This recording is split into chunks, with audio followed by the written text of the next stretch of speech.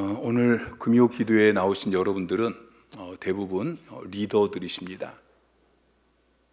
대답이 없어요? 아니신가요? 자, 여러분 리더들이시죠?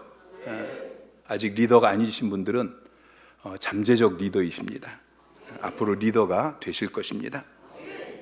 우리 청년들은 결혼하면은 한 가정의 남편이 되어지고 또 아버지가 되어지고 가정의 탑 리더가 되어질 것입니다. 직장생활 하면서도 계속 말단에 그렇게 있는 것이 아니고 점점 내 밑에 또 사람들이 오게 되어지죠. 영향력을 끼치는 리더가 될 것입니다. 어떤 분이 그런 이야기를 했어요. 아무리 내성적인 사람이라도 평생 10,000명 이상의 사람에게 영향력을 미친다라고 이야기했습니다. 하물며 리더는 얼마나 많은 영향력을 끼칠 수 있는 사람인지, 특별히 여러분들이 교회 안에서 그리고 또 세상에 들어가서 거기서 리더가 될 것입니다. 그냥 평범한 리더가 아니고 위대한 일을 하는 리더들로 세워질 것입니다. 요한복음 14장 12절은 이렇게 말씀하고 있어요. 내가 진실로 진실로 너에게 이르노니 나를 믿는 자는 내가 하는 일을 그도 할 것이요 또한 그보다 큰 일도 하리니 이는 내가 아버지께로 감이라. 나를 믿는 자는 내가 하는 일을 그도 할 것이요 또한 그보다 큰 일도 하리니. 예수님께서 하시는 말씀이에요. 나를 믿는 자는, 여러분 예수님 믿으십니까? 예수를 믿는 사람들 중에서 특별한 사람이라고 이야기하잖아요. 나를 믿는 자는, 예수님을 믿는 모든 사람들은 예수님께서 하신 일 그리고 그보다 더 큰 일을 하게 될 것입니다. 오늘 주님께서 여러분에게 말씀하십니다. 너가 나를 믿는다면, 여러분 예수님 믿으십니까? 너가 나를 믿으면 내가 하는 이 일을, 그리고 내가 한 일보다 더 크고 위대한 일을 너가 하게 될 것이다. 여러분 예수를 제대로 믿으시기 바랍니다. 그리고 예수님께서 하셨던 그 일을 내가 하고 예수님이 하셨던 일보다 더 큰 일을 하는 그 위대한 리더가 되어주시기를 주님의 이름으로 축원합니다. 자, 리더는, 특별히 하나님의 일을 하는 리더는 비전이 분명해야 합니다.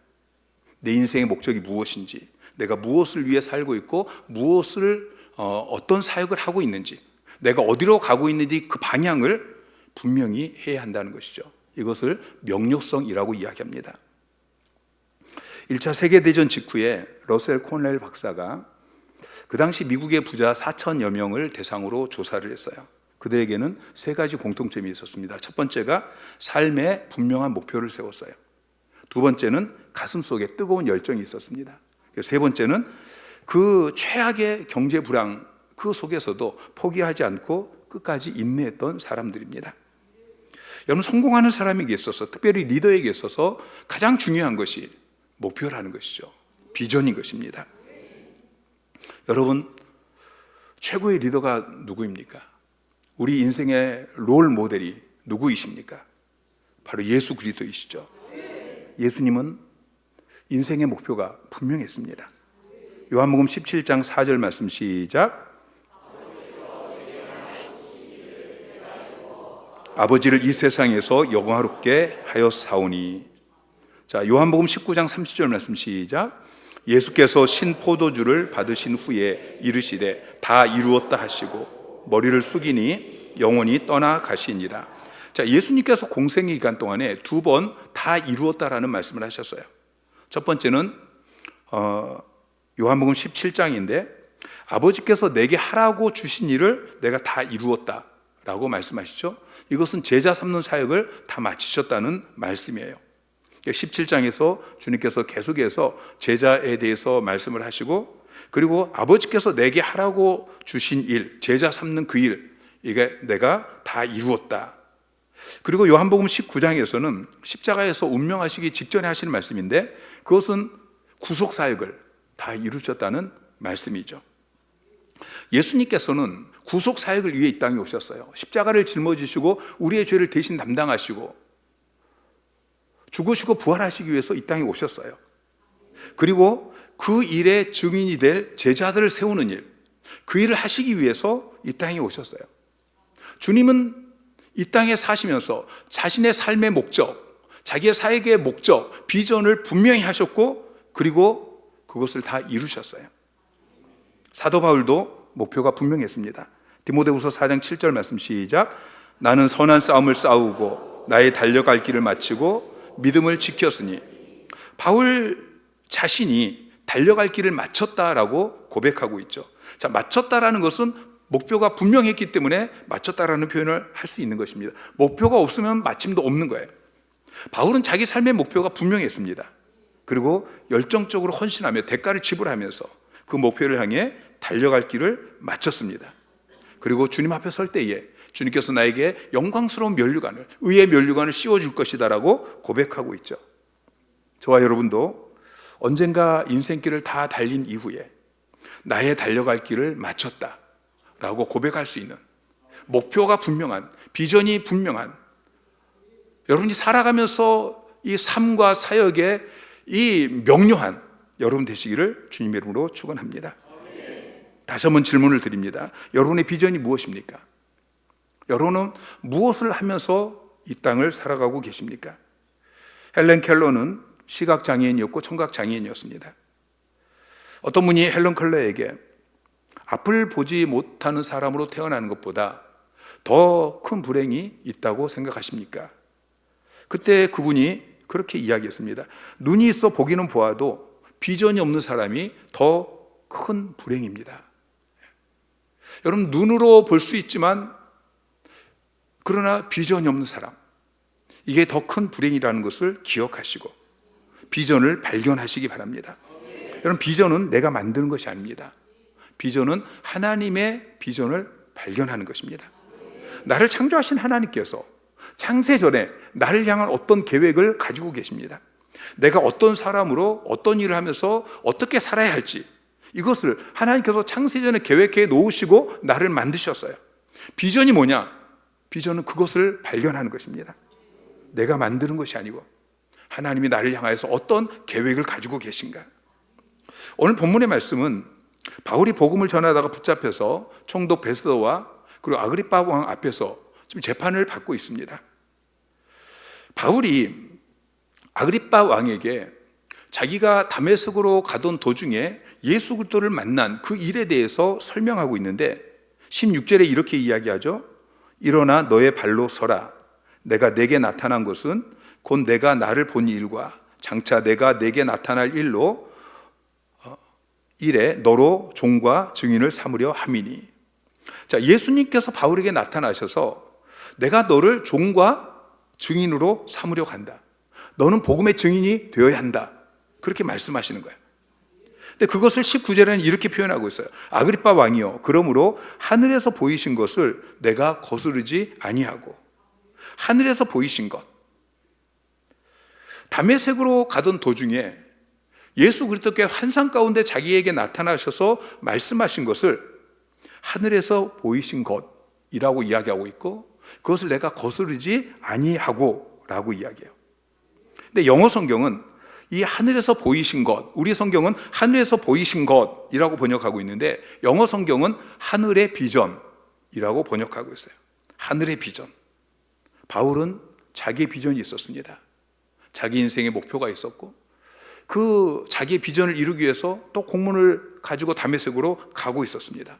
그러다가 주님을 만나고 주님이 주시는 하늘의 비전, 창세전에 하나님께서 바울을 위해서 예비해 놓으신 너는 무엇을 하는 사람이 되어야 한다라는 그 인생의 목표를 그때서 발견하는 거예요. 이것을 하늘의 비전이라고 이야기하고 그 하늘의 비전을 받은 다음에 그것을 거스르지 않고 남은 평생 그것을 붙잡고 달려가게 되어집니다. 사랑하는 성도 여러분, 하늘의 비전을 발견하시기 바랍니다.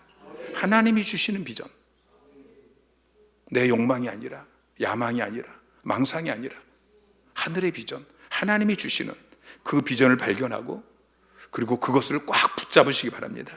여러분, 기웃거리지 마시고 이것만 붙잡고 달려가세요. 동물 중에서 가장 빠르게 달리는 동물이 치타입니다. 시속 70km 속도로 달려갈 수 있어요. 이 치타가 먹이를 사냥하는 것을 보면은 사슴 수십 마리가 그렇게 무리지어 있잖아요. 그러면 멀리에서 그 중에서 한 마리를 찍습니다. 다 다 보고 달려가는 것이 아니고 그 중에서 한 마리를 목표로 그렇게 달려갑니다. 그 목표물만 그렇게 맹추격하다가 가다 보면은 그 목표물보다도 다른 사슴이 더 가까이 있을 수 있잖아요. 근데 그때 멈추지 않습니다. 방향을 바꾸지 않습니다. 오직 처음 정한 그 목표만 바라보고 끝까지 달려갑니다. 그래야 그 동물을 잡을 수 있어요. 그렇지 않고 가까이 다른 게 눈에 보인다고 방향을 바꾸면 멈추고 바꾸고 그러면은 아무것도 붙잡지 못합니다. 여러분, 비전에 집중하는 사람만이 달려갈 길을 마칠 수 있는 것입니다. 여기저기 그렇게 기웃거리다 보면 마칠 수가 없는 것이죠. 여러분, 세상 사람들 바라보지 마시기 바랍니다. 그들이 무엇을 붙잡고 어떻게 달려가든지 여러분, 세상 사람 바라보지 마시고요. 교회를 다닌다고 하는데 믿음 없는 사람들 바라보지 마세요. 그들이 무엇을 목표로 삼아 달려가든지 여러분 따라가지 마시기 바랍니다. 오직 하나님께서 나에게 주신 하늘 비전, 이것만 보고 달려가시기 바랍니다.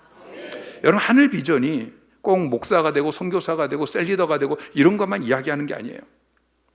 하나님께서 나에게 주신 내 인생 가운데 내가 어떻게 살아야 하는지, 이것에 대한 하늘의 비전을 여러분이 분명히 발견하시고, 그 비전을 아직 발견하지 못하신 분들은 오늘 부르짖어 기도하시길 바랍니다. 하나님, 내 남은 인생 내가 어떻게 살아야 합니까? 무엇하며 살아야 됩니까? 하나님의 뜻이 무엇입니까?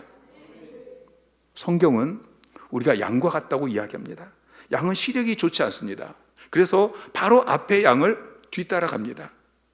여러분 앞에 있는 사람 보고 따라가다 보면은 그들이 코스를 이탈할 때 여러분도 코스를 이탈하게 되어집니다. 그들이 실격되어질 때 우리도 실격하게 되어질 것입니다. 우리는 앞에 양을 보지 않고 옆에 다른 사람 바라보지 않고 오직 누구를 바라봐야 됩니까? 목자이신 주님을 바라보고 그분의 음성에 귀를 기울이시고, 그리고 그분이 주신 하늘 비전에 사로잡혀서 달려가야 하는 것입니다. 사도행전 26장 29절 조금 더 내려가서 29절에 보면은, 자, 시작. 바울이 이르되 말이 적으나 많으나 당신뿐 아니라 오늘 내 말을 듣는 모든 사람도 다 이렇게 결박된 것 외에는 나와 같이 되기를 하나님께 원하나이다 하니라. 자, 지금 바울이 베소 총독 그리고 특별히 아그리빠 왕 앞에서 재판을 받고 있어요.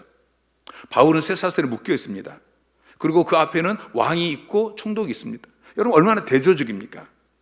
그런데 바울이 어떻게 이야기합니까? 당신뿐 아니라, 왕에게 지금 이야기하는 거, 아그리빠 왕 당신뿐만 아니라 오늘 내 말을 듣는 모든 사람들이 다 나와 같이 되기를 원하나이다, 이렇게 이야기하고 있어요. 여러분 같으면 어떻게 했어요? 지금 그 상황 앞에서 왕이 지금 재판을 하고 있고 나는 죄수의 신분으로 그 앞에 있는데, 그런데 나는 당신이 부럽지 않다, 당신도 나처럼 되었으면 좋겠다, 그렇게 이야기하고 있는 거예요. 바울이 그전에는 학문을 중요하게 생각했습니다. 혈통, 가문을 중요하게 생각했습니다. 그것이 그의 자부심이었어요. 지금도 사람들의 자부심이 그런 것들이죠. 내가 서울대 나왔다, 내 친척이 고위직으로 있다, 이것이 부럽고, 그리고 그런 사람들을 보면은 나도 너와 같이 되기를. 여러분, 그러십니까? 빌립보서 3장 5절 6절 말씀 시작. 나는 8일 만에 할례를 받고 이스라엘 족속이요 베냐민 지파요 히브리인 중에 히브리인이요 율법으로는 바리새인이요 열심으로는 교회를 박해하고 율법의 의로는 흠이 없는 자라. 8절. 또한 모든 것을 해로 여김은 내 주 그리스도 예수를 아는 지식이 가장 고상하기 때문이라. 내가 그를 위하여 모든 것을 잃어버리고 배설물로 여김은 그리스도를 얻고. 자, 5절 6절, 이것이 바울이 그전에 붙잡고 살았던 그의 가치관이었고 그의 인생의 목표였어요. 할례를 받고 베냐민 지파이고 율법으로 바리새인이고 또 교회를 박해하고 이런 것들. 그런데 그런 인생을 살다가 다메섹 도상에서 예수님을 만났어요. 예수님을 제대로 만났어요. 그리고 예수님께서 주시는 그 하늘 비전을 붙잡고 나니까 내 인생의 존재의 목적을 깨닫고 나니까, 내가 살아가야 될 이유를 분명히 발견하고 나니까 이제 가치관의 변화가 일어나는 것입니다. 그보다 더 귀한 것이 있는 것을 발견한 거예요. 내가 그전에 붙잡았던 것과는 비교할 수 없는 그 가치 있고 능력 있는 이것을 발견한 거예요. 그리고 나서 그 전에 붙잡았던 그 모든 것은 내가 해로 여긴다, 그것은 배설물로 여긴다 라고 이야기하고 있죠. 올바른 눈이 띄어진 것입니다. 세상을 바라보는 눈, 사람을 바라보는 눈, 부귀영화를 바라보는 눈, 그리고 이제는 누구를 바라보아도 당신도 나와 같이 되었으면 좋겠다 라고 고백하는 것이죠. 여러분, 하나님이 주시는 비전을 붙잡으시기 바랍니다. 하나님이 주시는 비전을 붙잡으면 이제는 그 어느 것도 부러울 것이 없어요. 하나님이 주시는 비전은 너무나 크고 너무나 놀랍고 너무나 위대한 것이에요. 여러분, 창세기를 보세요. 하나님께서 아담에게 얼마나 놀라운 비전을 주십니까? 창세기 1장 28절 말씀 시작. 생육하고 번성하여 땅에 충만하라. 땅을 정복하라. 바다의 물고기와 하늘의 새와 땅에 움직이는 모든 생물을 다스리라 하시니라. 여러분, 지금 어떤 상황인 줄 아세요? 하나님께서 온 우주 만물을 창조해 놓으시고 그리고 아담을 만드셨어요. 아담 한 사람이에요. 근데 아담 한 사람에게 생육하고 번성하고 땅에 충만하라, 땅을 정복해라, 모든 것들을 다스려라, 그렇게 말씀하셔요. 아담뿐만 아니라 노아에게도 하나님께서 동일한 비전을 주시죠. 창세기 9장 1절 말씀 시작. 하나님이 노아와 그 아들들에게 복을 주시며 그들에게 이르시되 생육하고 번성하여 땅에 충만하라. 자, 지금 어떤 상황이냐면은 인류의 죄와 하나님의 진노로 홍수로 말미암아서 땅이 완전히 다 멸절되어졌어요. 방주 안에 있던 생물들 외에는 다 멸절됐습니다. 땅은 황폐하게 되었습니다. 여러분, 상상해 보세요.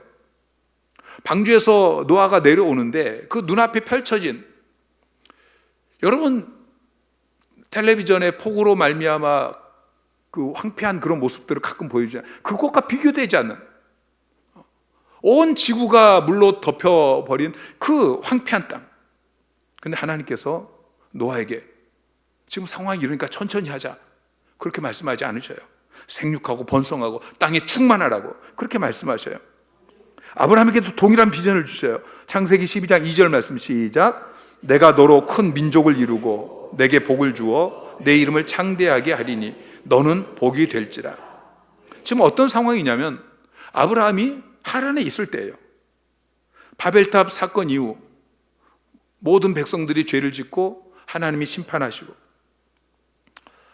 자, 하나님께서 그들을 이제 진멸하시지 않고 한 사람을 따로 불러내십니다. 그게 아브라함이죠. 그런데 그 아브라함이 가나안 땅을 향해 가다가 중간 하란에 지금 머물러서 포기하고 있어요. 하나님이 주신 비전을 지금 잃어버린 것입니다. 큰 민족을 주시겠다고 약속했는데 지금 자식 낳을 때가 지났는데 자식 하나 없어요. 근데 이런 상태에서 하나님께서 아브라함에게 내가 너로 큰 민족을 이루고 내 이름을 창대하게 하리니 너는 복이 될지라. 여러분, 하나님께서는 하나님이 주신 그 비전대로 아브라함의 자손이 큰 민족이 되게 하셨습니다. 여러분, 지금 어떤 상황 가운데 있습니까? 여러분의 상황과 여러분의 환경에 여러분의 시선을 맞추지 마시기 바랍니다. 우리의 인생의 꿈과 소망을 주시는 하나님의 비전에 여러분의 시선을 고정하시기를 주님의 이름으로 축원합니다. 사도행전 2장 17절 18절 말씀 시작. 하나님이 말씀하시기를 말세에 내가 내 영을 모든 육체에 부어주리니 너희의 자녀들은 예언할 것이요 너희의 젊은이들은 환상을 보고 너희의 늙은이들은 꿈을 꾸리라. 그때 내가 내 영을 내 남종과 여종들에게 부어주리니 그들이 예언할 것이요. 자, 하나님께서 약속하신 것처럼 말세에 성령님을 모든 육체에 부어주게 될 것이고, 그러면 자녀들이 예언하고 젊은이는 환상을 보게 되고 늙은이는 꿈을 꾸게 될 것이다. 나이를 초월하여서 성령께서 임하시면 비전을 갖게 되어집니다. 그때 내가 내 영을, 성령님을 남종과 여종들에게도 부어주리니, 신분을 초월해서 누구나 성령께서 임하시면 비전을 갖게 되어집니다. 하나님께서 여러분에게 주신 가정에서, 일터에서, 교회 안에서 여러분의 비전이 무엇입니까? 여러분의 꿈이, 여러분의 삶의 사역의 목표가 무엇입니까? 하나님께서 저에게 목사의 비전을 주셨어요. 저는 실력도 없고 자질도 없고 재정도 없고 배경도 없고 아무것도 없는데, 근데 하나님께서 저에게 목사의 비전을 주셨어요. 그리고 그 목사의 비전을 붙잡고 가고 있는데 또 망했어요. 잘 안 되어지고 망하고 창고에 들어가고, 그럼에도 불구하고 제가 그 비전을 놓지 않았더니 하나님께서는 저를 여기까지 인도하여 주셨어요. 하나님께서 우리 교회에 비전을 주셨어요. 회복의 은혜를 누리는 공동체를 세우는 것, 전도하고 양육하고 제자 삼고 셀 리더를 세워서 그 셀 공동체를 통해서 한 개인이 회복되고 가정이 회복되어지고 작은 교회가 회복되고 선교지가 회복되어지는 그 꿈을 1년 전에 주신 게 아니에요. 예배당 건축하고 나서 주신 게 아니에요. 창고에 있을 때 주셨어요. 불가능한 것 같은 꿈을 꾸게 하시고, 그리고 그것을 믿음으로 선포하고 그것을 붙잡고 달려왔더니 하나님께서 그 일을 이루어 가고 계셔요. 코로나 팬데믹 가운데 불가능한 것 같은데 하나님께서 예배당 건축이라는 꿈을 주셨어요. 비전을 주셨어요. 이게 할 일이라고 말씀하셨어요. 하나님께서 이루셨어요. 여러분의 비전이 무엇입니까? 그것이 하나님이 주신 비전이라면, 여러분이 하늘의 비전을 붙잡고 달려간다면, 비록 더딜지는 모르지만 하나님의 때에 그 비전은 반드시 이루어질 것입니다. 여러분의 형편을 바라보지 마시고 하나님의 약속을 붙잡으시기 바랍니다. 사람으로는 할 수 없지만, 사람의 눈으로 볼 땐 불가능하지만 하나님으로서는 얼마든지 하실 수 있습니다. 제 인생을 돌아보면 그래요. 하나님께서 저에게 주셨던 그 비전들, 사역의 목표, 항상 불가능했어요. 그러나 하나님이 말씀하실 때, 그 하나님의 말씀이기 때문에 붙잡으니까 하나님께서 항상 이루어 주셨습니다. 요한복음 14장 12절 13절 말씀 다시 읽겠습니다. 시작. 내가 진실로 진실로 너희에게 이르노니 나를 믿는 자는 내가 하는 일을 그도 할 것이요 또한 그보다 큰 일도 하리니 이는 내가 아버지께로 감이라. 너희가 내 이름으로 무엇을 구하든지 내가 행하리니 이는 아버지로 하여금 아들로 말미암아 영광을 받으시게 하려 함이라. 아멘. 자, 주님께서 말씀하셔요. 나를 믿는 자는 내가 하는 일을 하게 될 것이고 내가 한 일보다 더 크고 위대한 일도 하게 될 것이다. 여러분, 초대교회는 예수님보다 더 큰 사역을 감당했습니다. 예수님께서 하셨던 사역은 팔레스타인 지역에서 소수의 사람들에게 복음을 전하는 사역이었습니다. 전도하고 양육하고 그리고 세운 제자가 12명밖에 되지 않았습니다. 그런데 사도행전에서 발견하는 이 초대교회의 모습을 보면 예수님보다 훨씬 더 큰 사역의 모습을 보여주고 있습니다. 베드로가 했던 사역, 야고보가 했던 사역, 빌립이 했던 사역, 사도도 아니죠. 집사였던 빌립이 한 사역, 바울이 한 사역. 자, 사도행전 2장 41절에 오면은 그 말을 받은 사람들은 세례를 받으며 이날의 신도의 수가 3,000이나 더하더라. 예수님께서 하지 못하신, 안 하신 사역이죠. 주님보다 더 놀라운 사역을 했어요. 사도행전 4장 4절에 말씀을 들은 사람 중에 믿는 자가 많으니 남자의 수가 약 5,000이나 되었더라. 사도행전 5장 14절에 믿고 죽게 돌아오는 자가 더 많으니 남녀의 큰 무리더라. 사도행전 6장 7절에 하나님의 말씀이 점점 왕성하여 예루살렘에 있는 제자의 수가 더 심히 많아지고 허다한 제사장의 무리도 이 도에 복종하니라. 그리고 사마리아 성에 복음을 전하니까 사마리아가 복음화되어지고 안디옥에 복음을 전하니까 안디옥이 복음화되어지고 안디옥이 거점이 되어서 선교지마다 교회가 세워지는 역사가 일어났어요. 그런데 지금 이 시대의 교회의 모습은 어떻습니까? 이 시대를 살아가고 있는 성도들의 모습은, 예수를 믿는다고 하는데 믿는 자들의 모습은 어떻습니까? 예수님처럼 그렇게 예수님이 하신 사역을 감당하고 있습니까? 예수님보다 큰 일을 감당하고 있습니까? 환경을 바라보고 상황 바라보면서 지금은 교회가 안 된다고, 전도가 안 된다고, 쇠퇴기라고 그렇게 절망 가운데 있습니다. 여러분, 초대교회와 현대교회의 그 엄청난 차이의 이유가 무엇입니까? 가장 중요한 이유가 바로 기도하지 않은 것입니다. 기도하지 않으니까 성령께서 역사하지 않습니다. 사도행전 2장 42절에 보면 그들이 사도의 가르침을 받아 서로 교제하고 떡을 떼며 오로지 기도하기를 힘쓰니라. 초대교회는 기도하는 교회였습니다. 그냥 가끔 기도한 것이 아니고 계속 기도했습니다. 성령께서 임하실 때까지 기도했습니다. 날마다 모여서 오로지 기도하기를 힘쓰니라. 사도행전 6장 4절에도 보면 우리는 오로지 기도하는 일과 말씀 사역에 힘쓰니라. 사도들은 자기들이 할 일이 기도하는 것, 그리고 말씀 사역, 이것만 전무했어요. 문제가 있을 때마다 교회는 기도했습니다. 사도행전 4장 29절부터 31절까지 시작. 주여 이제도 그들의 위협함을 굽어 보시옵고 또 종들로 하여금 담대히 하나님의 말씀을 전하게 하여 주시오며 손을 내밀어 병을 낫게 하시옵고 표적과 기사가 거룩한 종 예수의 이름으로 이루어지게 하옵소서 하더라. 빌기를 다음에 모인 곳이 진동하더니 우리가 다 성령이 충만하여 담대히 하나님의 말씀을 전하니라. 문제가 있었어요. 그때 그 문제를 내어놓고 주님, 저들이 우리를 위협하는 것을 굽어보십시오. 우리가 담대히 하나님의 말씀을 전할 수 있도록 손을 내밀어 병을 낫게 해주십시오. 표적과 기사가 나타나게 해주십시오. 그렇게 간절히 기도했더니 빌기를 마침에 모인 곳을 진동하고 성령 충만해서 나가서 복음을 전하게 되어집니다. 사도행전 12장 5절에 보면 베드로가 옥에 갇혔습니다. 근데 교회가 그를 위해 간절히 하나님께 기도했더니 천사가 그 옥에서 베드로를 건져 주었습니다. 초대교회는 하늘의 비전을 붙잡았습니다. 다른 거 붙잡지 않았습니다. 하늘의 비전을 붙잡았고 그 비전을 이루기 위해서 기도했습니다. 오로지 기도하고 간절히 기도했습니다. 오늘날도 기도하는 교회는 그 모든 환경, 상황, 장애물, 불가능할 것 같은 이런 것들을 극복하면서 승리하고 성장하고 있습니다. 주님께서 말씀하십니다. 요한복음 14장 12절에 내가 한 일을 너희가 하게 될 것이고 내가 한 것보다 더 큰 일을 너희가 하게 될 것이다 라고 이야기하면서 13절에 이렇게 이야기합니다. 너희가 내 이름으로 무엇을 구하든지 내가 행하리니.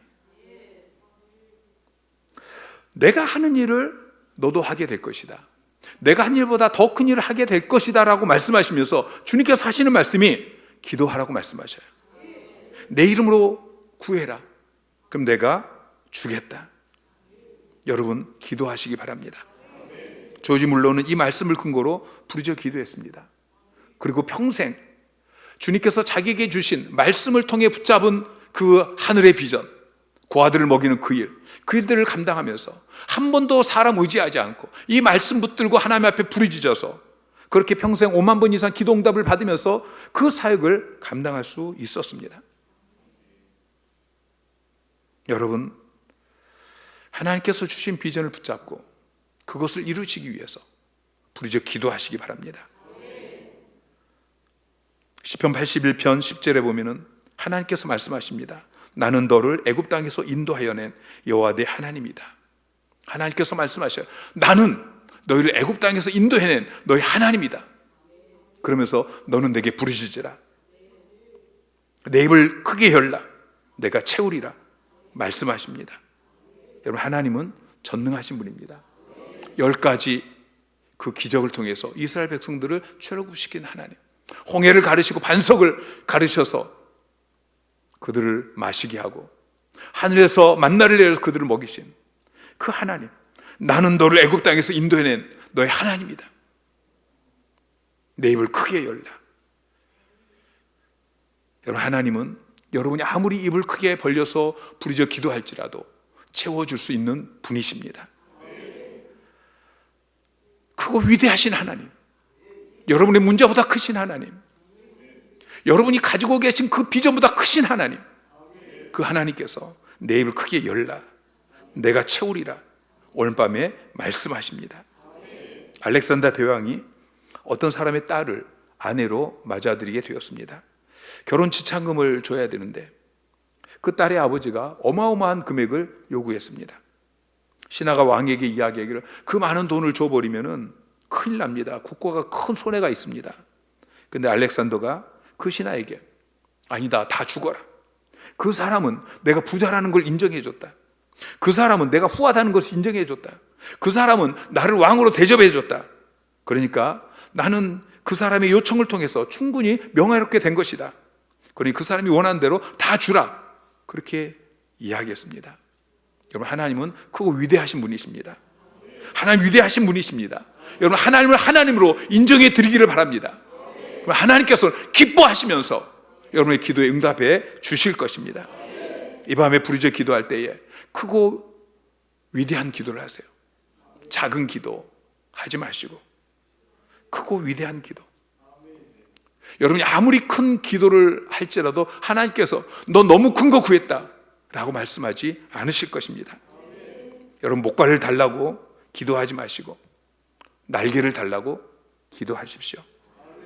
힘든데 겨우 걸어갈 수 있게 목발 하나 주세요 그렇게 기도하지 마시고 날아다닐 정도의 그 놀라운 능력을 달라고 부르짖어 기도하는 여러분 되시기를 주님의 이름으로 축원합니다. 이 밤에 우리가 기도할 때에 하늘의 비전을 아직 발견하지 못한 사람들은 하늘의 비전을 발견하게 해주십시오. 그렇게 부르짖어 기도하시고, 그리고 아브라함처럼 그 비전을 붙잡고 가다가 하란에 머물러 있는 사람이 있다면 하나님, 내가 다시 그 하늘의 비전을 붙잡게 하여 주십시오.